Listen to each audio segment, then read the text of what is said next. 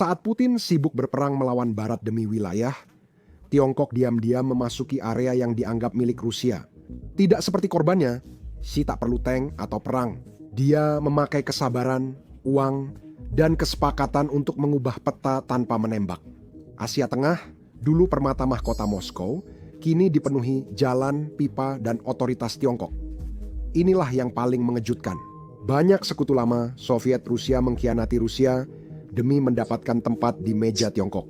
Video ini menunjukkan bagaimana Beijing mengalahkan Kremlin, membentuk ulang kawasan, dan mengubah aliansi Tiongkok-Rusia menjadi penipuan geopolitik terbesar zaman kita.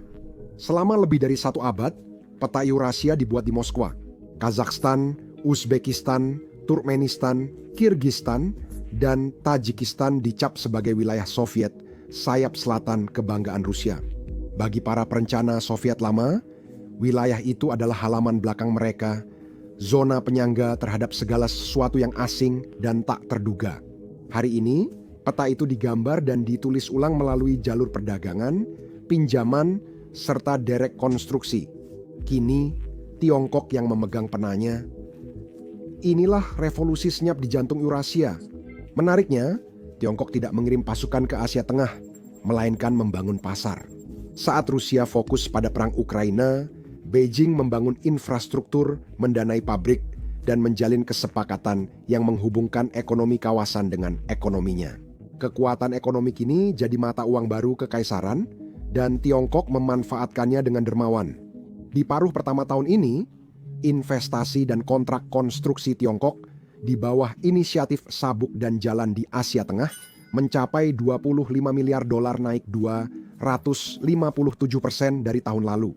Arus kas seperti itu membeli masa depan. Kendali Asia Tengah bukan sekadar garis di peta, tapi tentang energi, minyak, gas, uranium, dan akses di padang pasir itu. Koridor perdagangan yang menghubungkan Eropa dan Asia kini memungkinkan kereta membawa barang Tiongkok ke barat lebih cepat dari kapal laut. Ini soal pengaruh, kemampuan membentuk cara 5 negara merdeka, memilih, berdagang, dan bermitra di dunia. Siapapun yang menguasai Asia Tengah, menguasai persimpangan strategis di bumi. Dan kini kekuasaan itu mungkin bukan lagi dari Moskwa. Jika wilayah belakang Putin mulai dipengaruhi Beijing, apa dampaknya bagi kekuatan Rusia? Mengapa Rusia bisa kehilangan wilayah berharga ini? Jawabannya berawal dari cara Rusia memperoleh wilayah tersebut.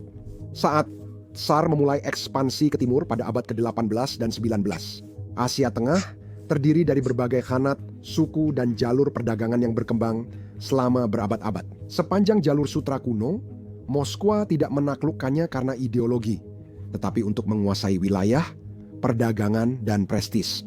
Akhir 1800-an kekaisaran Rusia menguasai sebagian besar wilayah yang kini Kazakhstan, Uzbekistan, Turkmenistan, Kirgistan, dan Tajikistan.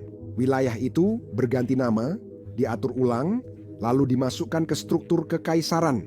Rel kereta api menghubungkan Tashkent dan Moskow, memungkinkan pemukim Rusia datang bertahap.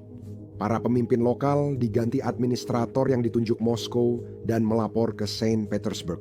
Era Soviet datang, cengkeramannya makin kuat. Visi Persatuan Lenin sebenarnya adalah kekaisaran dengan nama lain. Asia Tengah jadi pusat industri dan pertanian di Uni Soviet. Bahasa Rusia jadi bahasa pendidikan, paspor peluang, dan mata uang kekuasaan.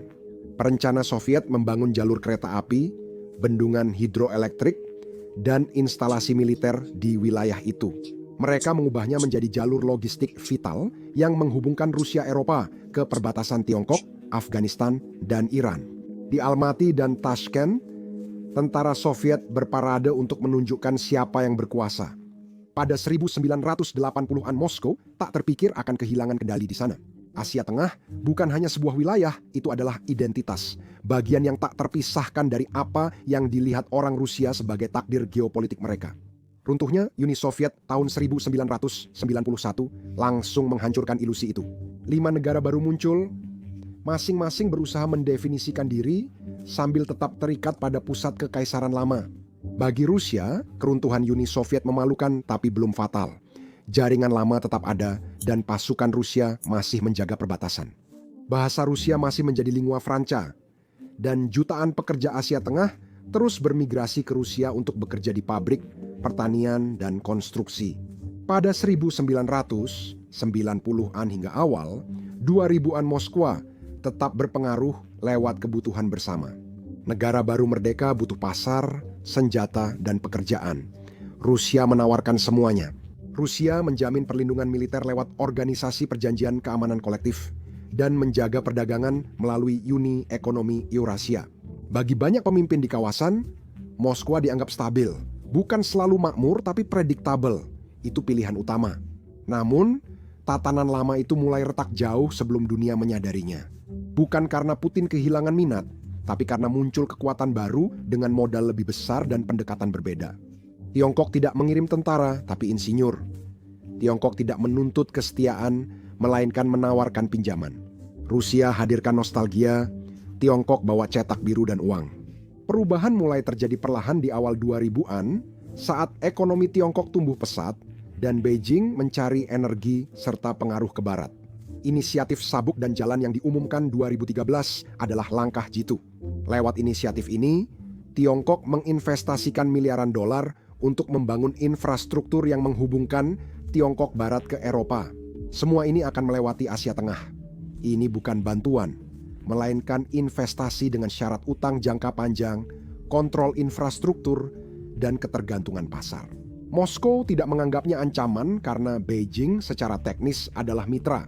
Namun perlahan, Beijing membangun jaringan yang dulunya menjadi ciri kekuatan Rusia dan mengalihkannya ke arah mereka sendiri. Putin fokus merebut wilayah bekas Uni Soviet dengan militer di Georgia, Crimea, dan Ukraina, sedangkan Tiongkok merebut pengaruh lewat ekonomi. Perbedaannya sangat jelas. Satu mengejar dominasi lewat kekuatan, satunya lewat fungsi. Di Asia Tengah, stabilitas dan pertumbuhan lebih diutamakan daripada kesetiaan politik, sehingga tawaran Tiongkok jadi lebih menarik. Jika Anda melihat lebih dekat, Rusia tidak kehilangan Asia Tengah dalam semalam. Rusia kehilangannya perlahan akibat kurang fokus, kesombongan, dan waktu yang salah. Masalah utama adalah fokus. Putin membangun kekuasaan dengan keyakinan Rusia bisa menangani semua hal sekaligus. Ini termasuk perang, sanksi, prestis, dan kemitraan. Namun invasi ke Ukraina menghancurkan ilusi itu. Pada tahun 2022, Rusia mengerahkan sebagian besar kekuatan politik dan keuangannya ke dalam perang. Sementara hal-hal lainnya dibiarkan begitu saja. Para diplomat yang dulu sering ke Astana dan Tashkent, kini dipindah untuk menangani kerusakan di Eropa. Perwira militer yang dulu memimpin misi pelatihan di Asia Tengah kini bertempur atau gugur di Donbas. Wilayah tersebut langsung menyadari ketidakhadiran itu. Moskwa bukan hanya teralihkan, tapi benar-benar terserap. Pandangan sempit itu mahal harganya. Pemimpin Asia Tengah melihat tanda-tanda jelas. Rusia kewalahan dan kehilangan kredibilitas. Setiap rudal yang ditembakkan ke Ukraina membuat Moskow tampak makin putus asa dan tak dapat diandalkan. Perang yang berkepanjangan membuat pemerintahan Putin kehilangan pasukan, uang, dan otoritas moral.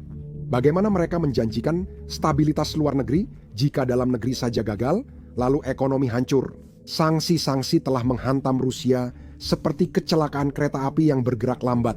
Setiap paket sanksi baru dari Barat semakin memperketat tekanan, menaikkan biaya, memblokir transaksi, dan membuat uang semakin sulit keluar masuk negara.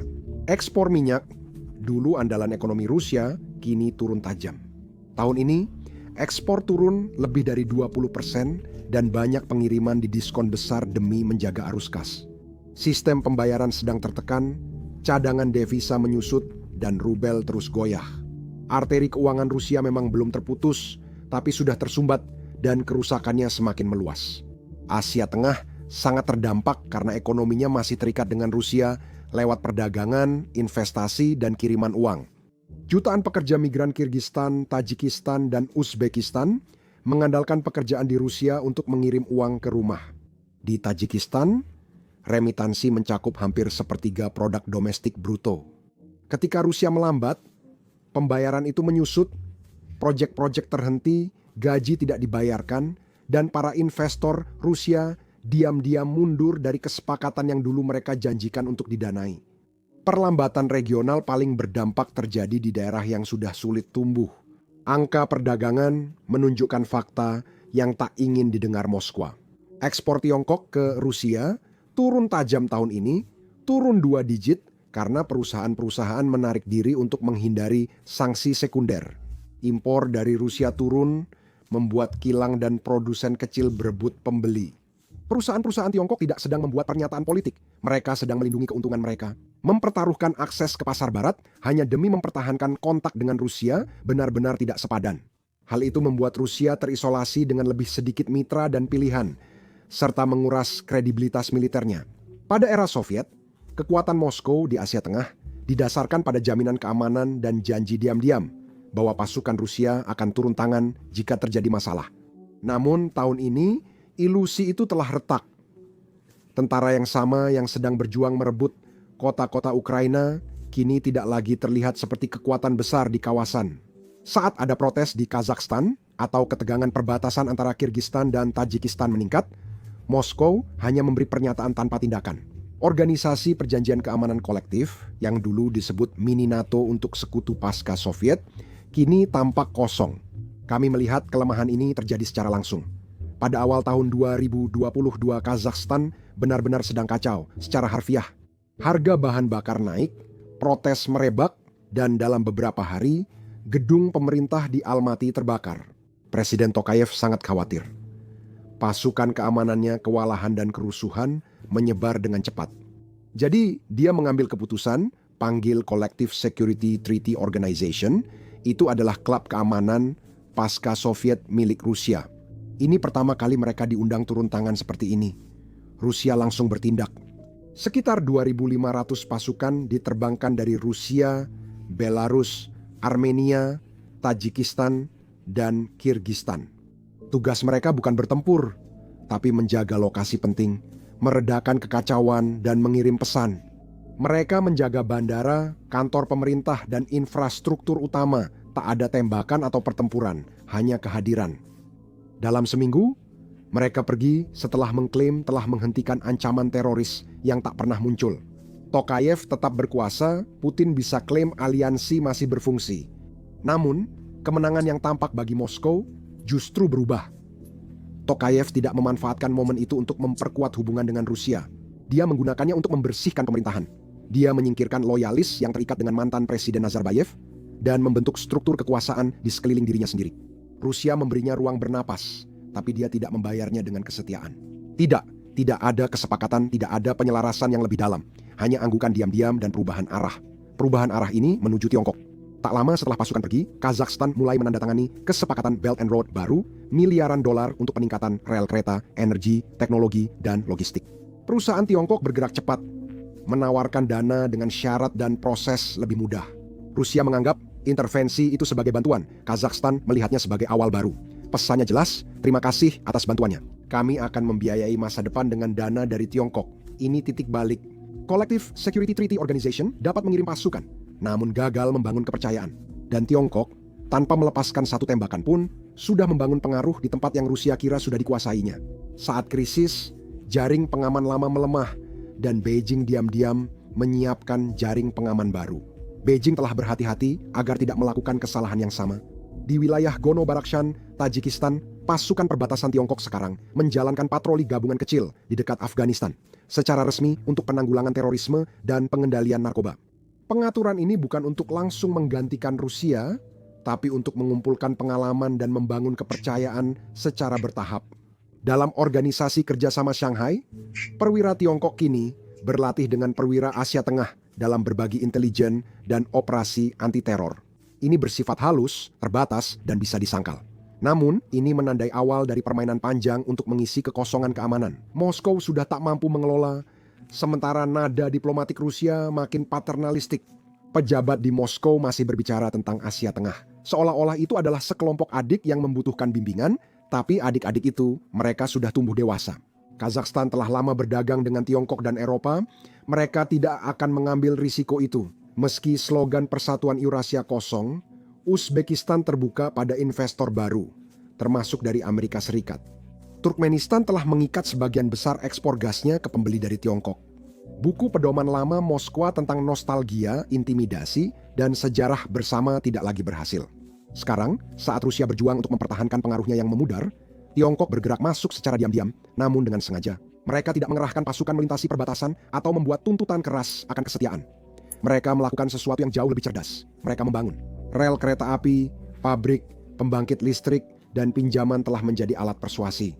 Dulu Moskwa memakai tekanan dan kebanggaan, kini Beijing mengandalkan uang dan peluang. Perlahan, mereka menggantikan Rusia dengan sesuatu yang lebih tahan lama. Kendali dibangun lewat kekayaan, infrastruktur, dan kesabaran. Di pusat pengambil alihan diam-diam ini adalah inisiatif Sabuk dan Jalan Tiongkok yang telah mengubah lanskap di seluruh Asia Tengah. Tiongkok membiayai jalan dari gurun ke pelabuhan, meningkatkan rel kereta peninggalan Soviet untuk angkut barang ke Eropa, serta membangun kawasan industri baru. Kazakhstan paling menerima perubahan, mengubah bahan mentah menjadi barang jadi sebelum meninggalkan wilayah tersebut. Jalan baru kini langsung ke pusat perdagangan Tiongkok, melewati jalur lama Rusia. Pabrik-pabrik Uzbekistan yang didukung oleh investasi Tiongkok mengubah kapas dan mineral menjadi produk siap ekspor. Di Turkmenistan, perusahaan Tiongkok kini memegang hak pipa utama yang sebelumnya milik Moskwa. Setiap proyek memperkuat cengkeraman Beijing dan diam-diam mengurangi pengaruh Rusia. Namun, ini bukan sekadar pembangunan. Setiap kesepakatan yang ditandatangani Tiongkok menunjukkan pengaruh dengan energi sebagai intinya. Beijing tak hanya membeli minyak dan gas, tapi juga membangun pipa, kilang, dan jalur kereta apinya. Sebagian besar dibiayai dan dikelola perusahaan Tiongkok, menciptakan ketergantungan yang tampak sebagai kemajuan. Bagi pemerintah Asia Tengah, tawaran itu sulit ditolak. Uang cepat, pembeli pasti, dan pembangunan nyata, hal yang tak lagi bisa Rusia tawarkan. Jadi, ini pilihan mudah bagi mereka. Moskow tetap berdagang energi, namun dengan syarat, politik, dan risiko. Rusia mengandalkan nostalgia dan tekanan, sementara Tiongkok menawarkan stabilitas dan hasil nyata. Beijing membayar dengan mata uang keras, bukan janji. Setiap kesepakatan dengan Tiongkok membuat negara-negara ini perlahan menjauh dari kendali Rusia. Bagi pemimpin Asia Tengah yang ingin pertumbuhan dan lapangan kerja, Tiongkok bukan sekadar investor, tapi mitra terpercaya untuk menyelesaikan banyak hal. Dan hal tentang investasi di infrastruktur adalah begitu jalan dan pipa sudah terpasang, perdagangan akan mengikuti dengan sendirinya. Selama dekade terakhir, ekspor Tiongkok ke Asia Tengah meningkat pesat. Namun perdagangan ini bukan hanya soal menjual barang. Perusahaan Tiongkok membangun pabrik, mempekerjakan warga lokal, dan berintegrasi ke ekonomi setempat. Mereka bukan hanya pengunjung, tapi bagian dari kehidupan sehari-hari. Dan jenis kehadiran ekonomi seperti itu perlahan berubah menjadi pengaruh politik, seringkali sebelum siapapun menyadarinya. Bagi pemimpin Asia Tengah, memilih Moskow atau Beijing kini soal kepraktisan, bukan ideologi. Mereka bertanya, siapa yang membangun lebih banyak sekolah? Siapa yang menciptakan lebih banyak lapangan kerja? Dan siapa yang memberikan hasil? Jawabannya hampir selalu Tiongkok. Strategi keuangan Beijing memperkuat pergeseran itu. Pinjaman dan investasinya disusun agar mitra tetap terikat pada ekonominya. Perusahaan negara Tiongkok membiayai proyek besar dan pembayaran kembali sering memberi Beijing kendali lama atas infrastruktur atau jalur perdagangan utama. Ini bukan jebakan utang, tapi gravitasi ekonomi. Semakin banyak negara-negara ini membangun bersama Tiongkok, semakin sulit bagi mereka untuk kembali ke Rusia. Sementara itu, kekuatan lunak Tiongkok mengisi celah budaya. Tiongkok memberikan beasiswa, mendanai pertukaran budaya, dan mempromosikan pariwisata.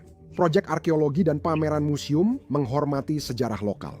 Kisah Tiongkok mempertemukan masyarakat dengan guru dan insinyur, bukan tentara, sehingga pandangan mereka tentang Beijing berubah.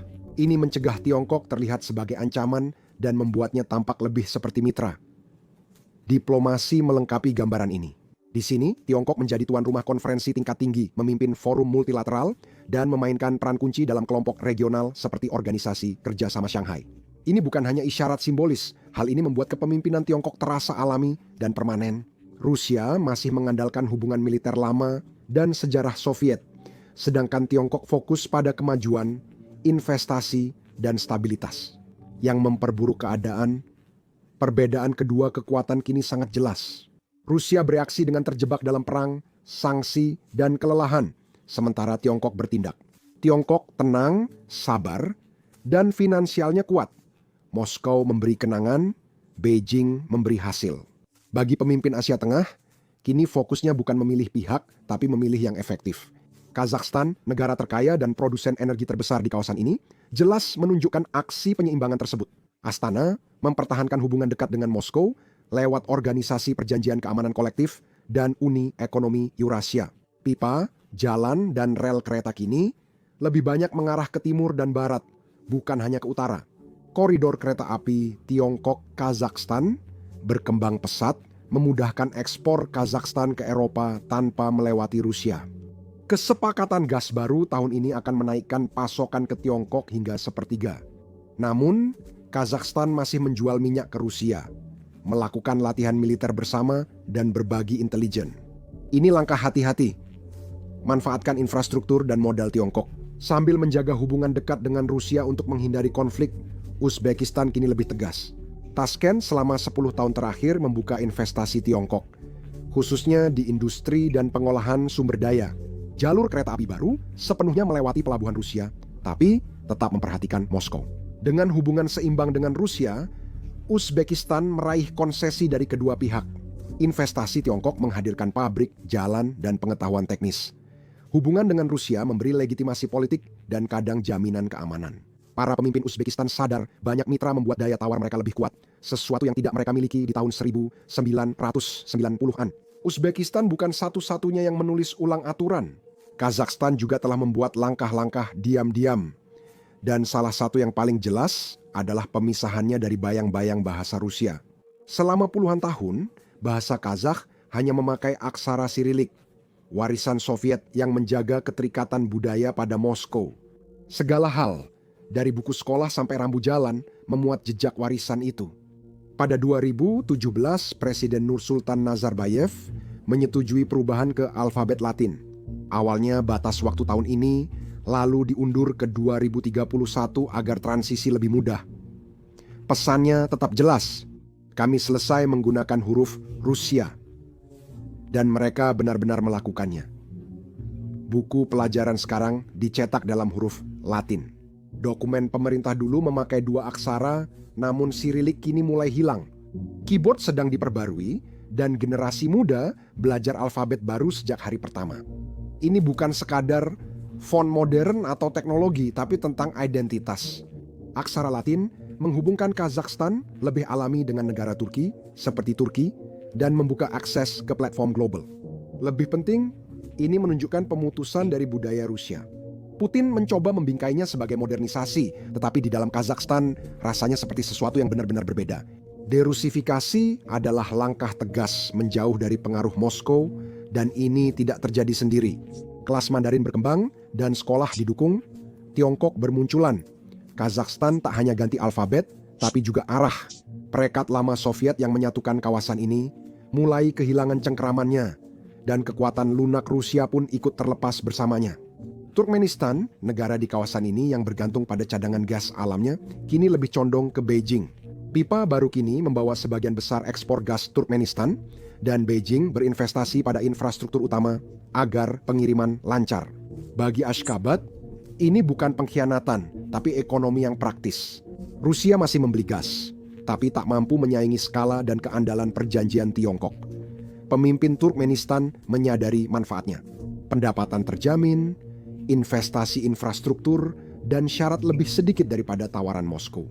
Negara-negara kecil, Tajikistan dan Kirgistan, memainkan permainan yang lebih halus namun tetap hati-hati. Lokasi mereka penting untuk koridor regional dan jalur energi. Kedua negara menerima pinjaman Tiongkok untuk proyek jalan, rel, dan energi karena investasi ini memberi ruang politik dan ekonomi. Pada saat yang sama, mereka tetap mempertahankan ketergantungan pada bantuan militer Rusia. Pelatihan, pengiriman senjata, dan jaminan keamanan tetap penting di negara berperbatasan tidak stabil. Kini, uang, proyek, dan pertumbuhan lebih banyak datang dari Beijing, bukan Moskow. Contoh-contoh ini menunjukkan pola jelas. Negara Asia Tengah bersikap praktis, mengambil langkah antisipasi. Tiongkok memberi insentif. Jalan, rel, pabrik, dan modal. Rusia kini lebih sering memberi pidato, isyarat militer, serta nostalgia. Pemimpin kawasan tidak memihak. Mereka memilih alat paling efektif untuk pembangunan nasional. Hasilnya adalah transformasi besar, namun berlangsung secara diam-diam di kawasan tersebut. Jalan raya, pipa, dan kawasan industri kini lebih menentukan kekuatan dibandingkan kedutaan atau pangkalan militer. Para pemimpin Asia Tengah sedang membentuk kembali keseimbangan kekuatan tanpa pernah melepaskan satu tembakan pun. Angka lebih bermakna daripada pidato sejarah atau latihan militer. Asia Tengah memilih Tiongkok bukan karena ideologi, tapi karena statistiknya masuk akal. Perdagangan, energi, dan keuangan kini mengarah ke timur, dan setiap gangguan di pasar Rusia membuat para pemimpin makin dekat ke Beijing. Beberapa tahun terakhir, pemain ketiga mulai kembali bermain. Amerika Serikat dan Uni Eropa yang selama ini puas membiarkan Moskwa dan Beijing bersaing, kini kembali terlibat dengan energi baru.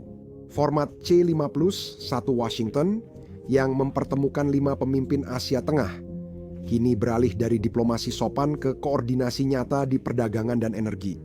Uni Eropa mendanai jalur transit koridor tengah dari Tiongkok, melewati Kazakhstan dan Laut Kaspia ke Eropa, sepenuhnya menghindari wilayah Rusia.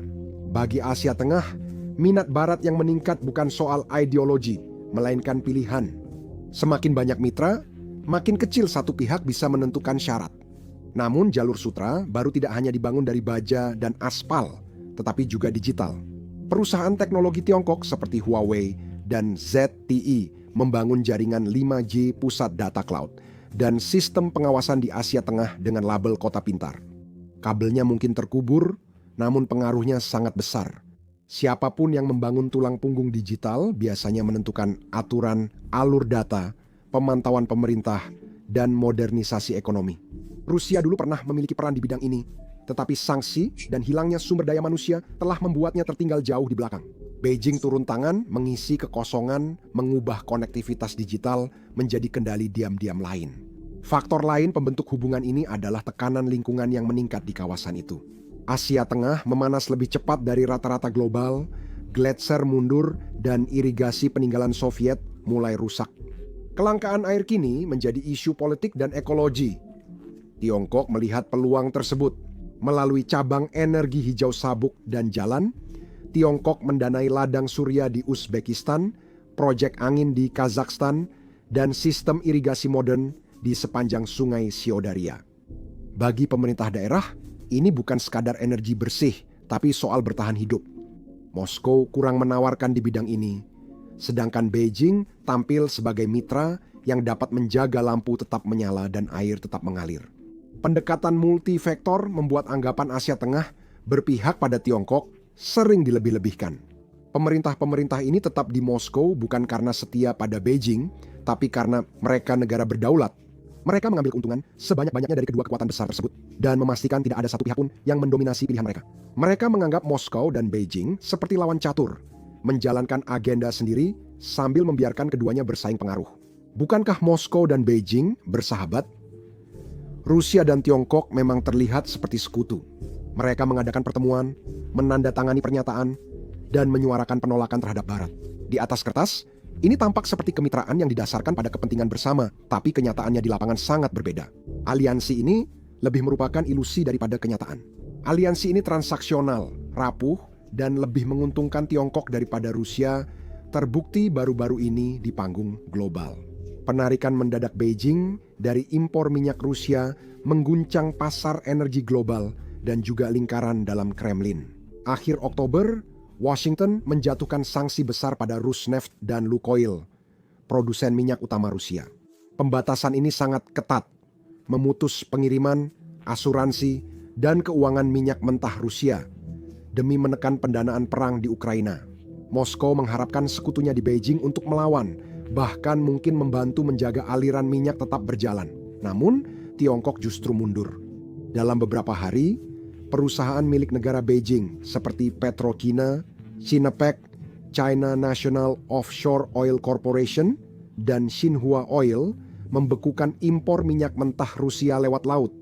Langkah tersebut mengejutkan para pedagang dan mengguncang pasar, membuat harga minyak Brent melonjak mendekati $94 Amerika per barel.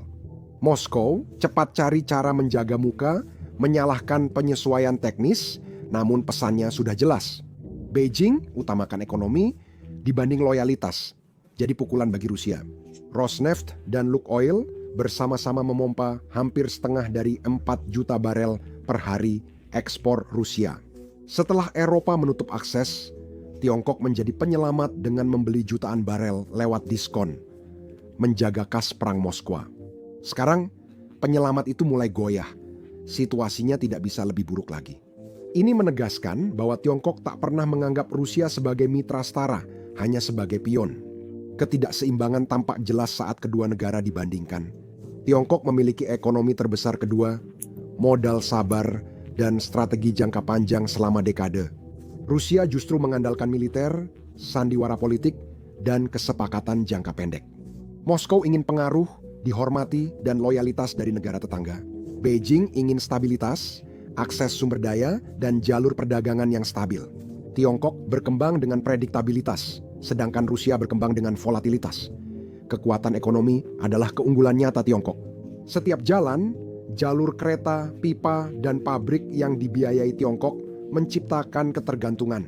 Negara Asia Tengah fokus bekerja, membayar, dan merencanakan terkait Tiongkok. Rusia bahkan saat kuat tak mampu menyaingi pengaruh itu. Bagi Moskwa, ini bisa terasa seperti pengkhianatan. Saat pemimpin Asia Tengah memilih pinjaman Tiongkok dibanding janji Rusia, ini mungkin tampak tidak setia. Sebenarnya, itu hanya kepentingan diri sendiri. Pemimpin mengambil keputusan berdasarkan hasil, bukan ideologi. Lapangan kerja, pabrik, energi, dan infrastruktur lebih penting daripada nostalgia masa lalu Soviet. Tiongkok juga berhati-hati agar tidak terlalu terlibat secara militer. Mereka tidak berjanji akan turun tangan jika terjadi krisis. Mereka fokus pada konektivitas bisnis dan integrasi jangka panjang.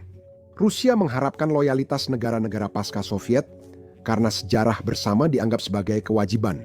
Beijing tidak mengulangi kesalahan yang sama. Negara seperti Kirgistan dan Tajikistan menegaskan hal ini.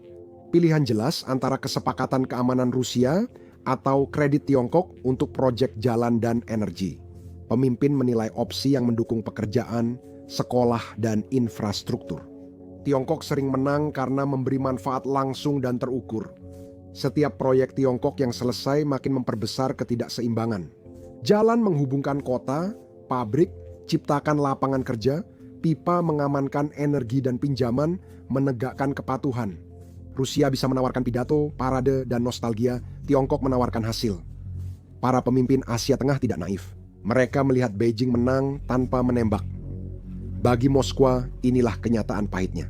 Apa yang disebut aliansi itu sebagian besar hanyalah mitos. Rusia mengandalkan sejarah dan militer, sedangkan Tiongkok lewat uang dan infrastruktur. Kedua negara mungkin bekerja sama di beberapa bidang, namun kemitraan ini berat sebelah. Beijing menguasai pertumbuhan ekonomi, Moskwa memegang kenangan dan retorika. Para pemimpin Asia Tengah sadar apa yang penting untuk masa depan. Meski Tiongkok terus maju, dominasinya di kawasan itu belum pasti. Pendekatan Beijing memang kuat, tetapi ada batasnya, dan beberapa faktor bisa memperlambat atau bahkan membalikkan kemajuannya. Utang adalah salah satu tuas diam-diam yang digunakan Tiongkok untuk tetap mengendalikan. Sebagian besar proyek besar di Asia Tengah, seperti jalan, pembangkit listrik, dan kawasan industri, bukanlah hadiah. Proyek-proyek itu dibiayai pinjaman dari Tiongkok, biasanya memakai perusahaan, pekerja, dan material Tiongkok. Sekilas, ini tampak seperti kemajuan. Negara mendapat infrastruktur, pekerjaan, dan jalur dagang. Namun, pinjaman tersebut tetap ada. Pinjaman itu membawa kewajiban jangka panjang yang memengaruhi pengeluaran, negosiasi, dan keputusan pemerintah. Syarat pembayaran kembali sering tidak jelas, namun dampaknya terasa seiring waktu. Beberapa pinjaman dijamin ekspor sumber daya masa depan, lainnya dengan kendali infrastruktur penting. Jika sebuah negara mengalami masalah ekonomi, utang-utang itu tidak hanya diam di sana, tapi menjadi alat tawar-menawar. Tiongkok tidak perlu mengancam siapapun, mereka hanya menunggu. Semakin negara membangun dengan dana Tiongkok, semakin kebijakan mereka sejalan dengan Beijing. Inilah yang membuat situasi rumit. Di tempat-tempat seperti Kazakhstan dan Kirgistan, komunitas lokal mulai melakukan perlawanan. Sebagian orang menolak praktik tenaga kerja Tiongkok, sementara lainnya khawatir soal lingkungan atau keterlibatan asing yang besar. Jika masyarakat merasa terpinggirkan atau dieksploitasi, protes muncul. Saat itu terjadi, proyek terhenti, kesepakatan dinegosiasi ulang, dan Tiongkok harus menyesuaikan diri. Ini bukan hanya soal ekonomi lagi, ini soal politik. Para pemimpin di Asia Tengah tahu, mereka tidak bisa mengabaikan opini publik. Kebanggaan nasional tetap penting. Meski menerima investasi Tiongkok, mereka juga memakai tekanan lokal saat perlu melawan. Ini adalah tindakan penyeimbangan. Mereka ingin jalan dan pabrik, tapi mereka tidak ingin terlihat seperti telah menjual diri.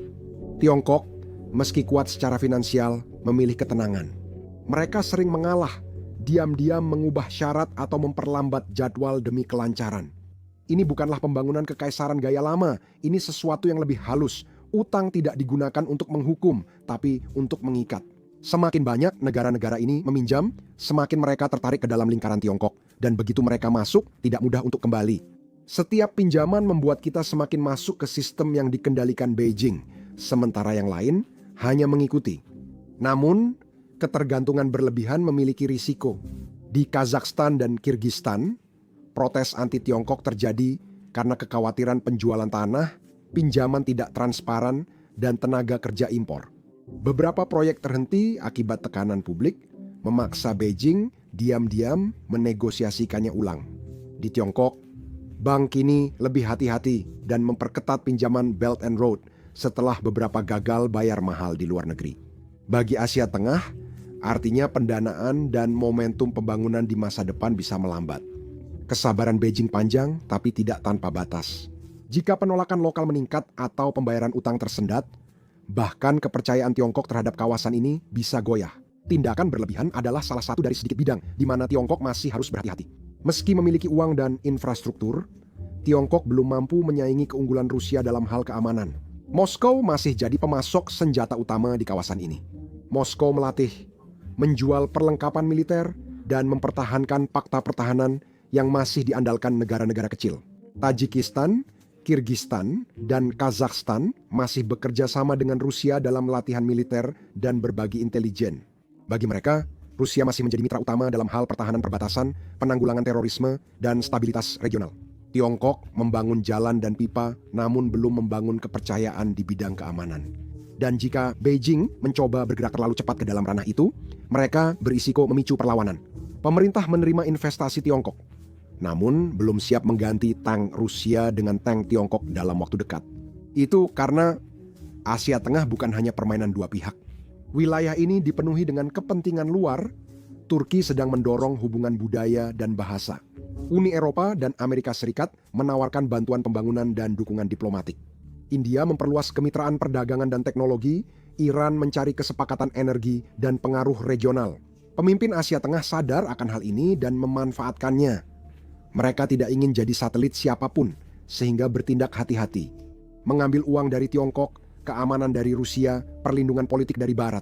Bukan soal loyalitas, tapi pengaruh. Itulah mengapa masa depan tidak pasti. Rusia bisa mencoba merebut kembali pengaruh dengan menekan aliran energi atau mempererat aliansi lama. Tiongkok bisa merespons dengan menambah pinjaman, mempercepat pembangunan, atau melakukan pendekatan pesona lewat pendidikan dan media. Pemerintah Asia Tengah di pihak mereka akan terus bermain di kedua sisi. Mereka akan mengambil apa yang mereka butuhkan, menunda apa yang tidak mereka perlukan, dan mengubah arah ketika itu menguntungkan mereka. Tidak ada yang pasti. Setiap kesepakatan, jabat tangan, dan pipa gas selalu ada kompromi. Di wilayah dengan kekuasaan yang sering berubah, langkah cerdas adalah tetap fleksibel. Karena di Asia Tengah, permainannya bukan soal memilih pihak, tapi soal tetap memegang kendali. Bagi Putin, keadaannya tampak sulit. Kehilangan Asia Tengah adalah pukulan politik, finansial, dan strategis. Dana sektor energi yang dulu masuk ke Moskow kini dialihkan atau terikat dalam kesepakatan dengan Tiongkok. Jalan, rel kereta api, dan pipa yang didanai oleh investasi Tiongkok membantu negara-negara Asia Tengah menjadi lebih kuat sekaligus menarik mereka menjauh dari cengkeraman Rusia. Pengaruh Putin yang dibangun di atas kehadiran militer dan ikatan sejarah lama sebenarnya tidak sebanding dengan kontrak yang sudah ditandatangani dan pembangunan infrastruktur yang nyata. Setiap pabrik, jalan tol, atau pinjaman dari Beijing makin mengurangi kemampuan Rusia bernegosiasi di dalam dan luar negeri. Pengikisan mulai tampak. Peran tradisional Rusia sebagai penjaga gerbang Asia Tengah memudar, beserta sumber pengaruh utamanya. Negara-negara ini dulu sangat bergantung pada Moskwa untuk keamanan, perdagangan, dan politik. Kini mereka mulai melirik ke timur. Tiongkok menawarkan bukan hanya uang, tapi juga momentum. Proyeknya cepat, kesepakatan jelas, dan kehadirannya berkembang lebih dari Rusia. Kremlin mungkin masih punya hubungan militer, tapi itu tidak membangun ekonomi, menciptakan pekerjaan, atau memenangkan loyalitas jangka panjang. Perubahan ini diawasi ketat di dunia. Bagi Barat, ini menandakan pengaruh Rusia makin menyusut. Bagi Tiongkok, ini menegaskan keberhasilan strateginya. Bagi negara di Afrika, Asia Selatan, dan Amerika Latin, ini menjadi cetak biru. Beijing membuktikan Anda tak perlu tank untuk menguasai wilayah. Cukup jalur perdagangan, pinjaman, dan kesabaran. Pengaruh ini mudah menyebar, tenang, meluas, dan sulit dilawan setelah terjadi. Di Rusia, konsekuensi bertambah. Hilangnya pengaruh di Asia Tengah melemahkan citra Putin sebagai maklar kekuatan global. Kebijakan luar negerinya jadi tampak reaktif, bukan strategis, sehingga perlahan meruntuhkan narasi yang dibangun selama bertahun-tahun. Bahwa Rusia sedang dikepung dan berjuang untuk merebut kembali tempatnya yang sah. Jika negara tetangga menjauh, cerita itu runtuh. Kritikus dalam negeri pun menyadarinya. Juga para oligarki, gubernur, dan petinggi militer. Mereka melihat kesepakatan hilang, pengaruh memudar, dan Kremlin kesulitan mengikuti perkembangan. Ini bukan hanya soal prestis, tapi juga kekuasaan. Saat Rusia kehilangan pengaruh luar negeri, kepercayaan diri dalam negeri ikut turun. Lebih sulit membenarkan pengeluaran untuk petualangan luar negeri dan menggalang dukungan dengan slogan nasionalis. Sulit menyebut Barat sebagai satu-satunya ancaman saat Tiongkok diam-diam menguasai wilayah sekitarnya. Saat pilihan Putin makin terbatas, kewibawaannya tampak rapuh. Bukan karena satu kekalahan, melainkan karena perlahan kehilangan relevansi. Asia Tengah harusnya menjadi zona aman, tempat Rusia selalu bisa mengandalkan loyalitas. Sekarang, wilayah itu menjadi contoh tentang apa yang terjadi ketika loyalitas memudar. Jawabannya bukan kabar baik bagi Moskow. Semakin banyak Tiongkok membangun, semakin Rusia menyusut, dan semakin Rusia menyusut, semakin. Dunia kini melihat Putin bukan lagi ahli strategi, tapi pria yang kehilangan kendali atas wilayahnya. Akhirnya, pemimpin Asia Tengah tidak mengkhianati Moskwa karena niat jahat. Mereka menjalankan kedaulatan, membuat pilihan rasional yang menjamin pembangunan dan stabilitas. Bagi Moskwa, keputusan ini terasa seperti pengkhianatan. Sementara bagi dunia lain, ini tanda jelas perubahan kekuasaan. Dulu Rusia merasa tak tergantikan bagi tetangganya, kini keyakinan itu hilang. Pengaruh tidak lagi hanya berasal dari sejarah atau kekuatan semata, tapi diukur dari hasilnya. Jalur perdagangan kini lebih berpengaruh daripada batas negara. Peta Eurasia digambar ulang, bukan oleh jenderal, melainkan perencana, investor, dan insinyur. Pertanyaan terakhir tetap menggantung. Jika ruang rapat, bank, dan proyek infrastruktur lebih berpengaruh dari tentara dan politik, apa dampaknya pada masa depan konflik dan kerjasama di Eurasia? Apa yang kita saksikan adalah dunia yang sedang berubah, dan mereka yang masih mengikuti aturan lama geopolitik mungkin akan tertinggal. Terima kasih telah menonton.